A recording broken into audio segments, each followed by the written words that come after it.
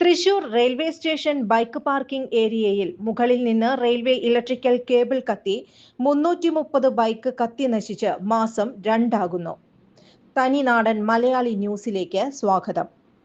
Bike കത്തി നശിച്ചവർക്ക് നഷ്ടപരിഹാരം നൽകില്ലെന്ന കടുത്ത നിലപാടിലാണ് റെയിൽവേ അധികൃതർ.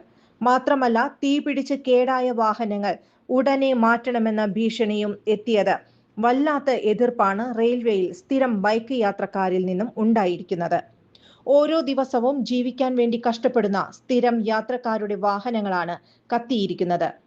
തേർഡ് പാർട്ടി ഇൻഷുറൻസ് ആയതിനാൽ അധികം ആർക്കും ക്ലെയിം ലഭിക്കില്ല എന്നിരിക്കെ വാഹന ഉടമകളോട് ഇത്തിരി ദയ കാണിക്കാൻ റെയിൽവേ ഉദ്യോഗസ്ഥർ തയ്യാറാകുന്നില്ല.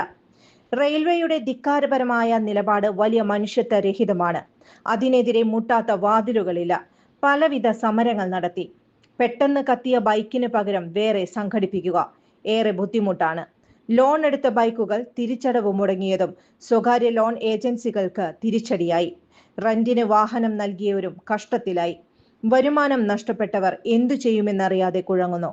കുറച്ചു പേർക്ക് മാത്രമേ ഫുൾ കവറേജ് ഇൻഷുറൻസ് ഉള്ളത്. ഇതിനിടെ തൃശൂർ പാർലമെന്റ് എംപിയും കേന്ദ്രമന്ത്രിയുമായ സുരേഷ് ഗോപിയുടെ ക്യാമ്പ് ഓഫീസിലേക്ക് സമരം നടത്തുന്നതിന് ഒരു വിഭാഗം തീരുമാനിച്ചിരിക്കുകയാണ്. കേന്ദ്രമന്ത്രി സുരേഷ് ഗോപിക്ക് റെയിൽവേയിലെ ഉന്നതരുമായി ബന്ധപ്പെട്ട് നഷ്ടപരിഹാരം വേഗത്തിൽ ലഭിക്കുമെന്നാണ് ഇക്കൂട്ടരുടെ പ്രതീക്ഷ.